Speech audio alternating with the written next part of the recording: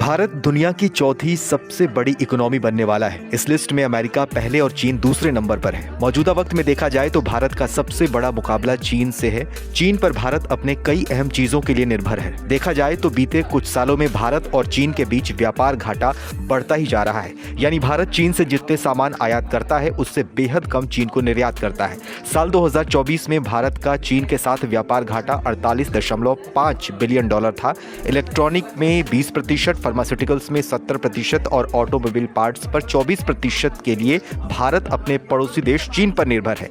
बीते कई सालों में भारत में चीनी सामान के बहिष्कार की आवाज उठी है। अगर बहिष्कार की अपील सही तरीके से काम करती तो इससे व्यापार घाटा कम होगा, साथ ही मेक इन इंडिया को बढ़ावा मिल सकता है। लेकिन ये कहने भर जितना आसान नहीं है। चलिए अब इसे आंकड़ों से समझते हैं। वित्त वर्ष 2023-24 में भारत और चीन के बीच द्विपक्षीय व्यापार घाटा 118.4 अरब डॉलर था, जिसमें भारत ने 101.75 अरब डॉलर का आयात किया और सिर्फ 16.66 अरब डॉलर का निर्यात किया, जिससे व्यापार घाटा 85.09 अरब डॉलर रहा। भारत अगर चीनी सामानों का पूरी तरीके से बहिष्कार करता है तो चीन को इस आयात राशि का नुकसान हो सकता है। लेकिन इलेक्ट्रॉनिक्स, फार्मास्यूटिकल्स और कई उद्योगों के कच्चे माल के लिए भारत कई क्षेत्रों में चीन पर निर्भर है।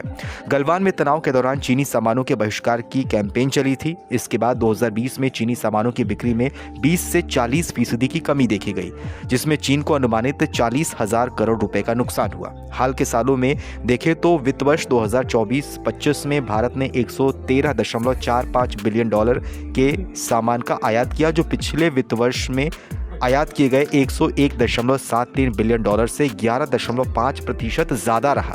चीन से भारत के आयात में 2 अंकों की मजबूती देखी गई, जबकि भारतीय निर्यात में कमी आई, जिससे 99.2 बिलियन डॉलर का भारी व्यापार घाटा भारत को उठाना पड़ा। भारत कई सालों से चीन के साथ बढ़ते व्यापार घाटे को लेकर परेशान है।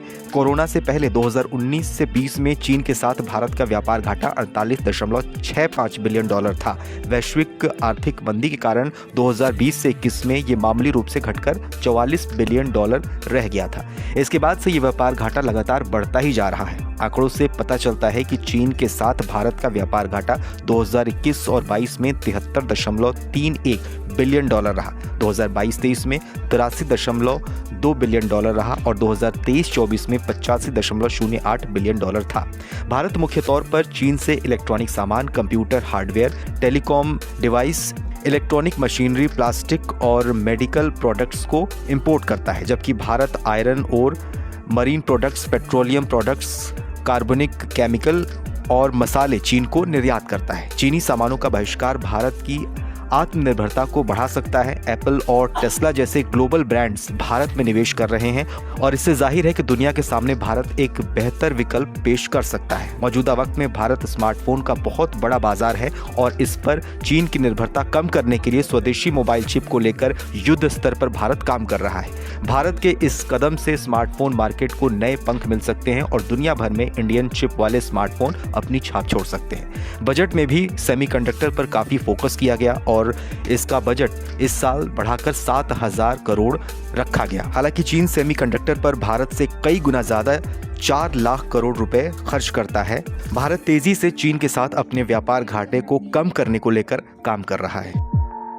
गर्मियों की छुट्टी होने वाली थी, मेरे पापा आने वाले थे, तो हम लोग सभी खुश थे। तो मैं बेड पे चढ़ के डांस कर रहा था, लेकिन वो पहले ही आ गए। फ्रीज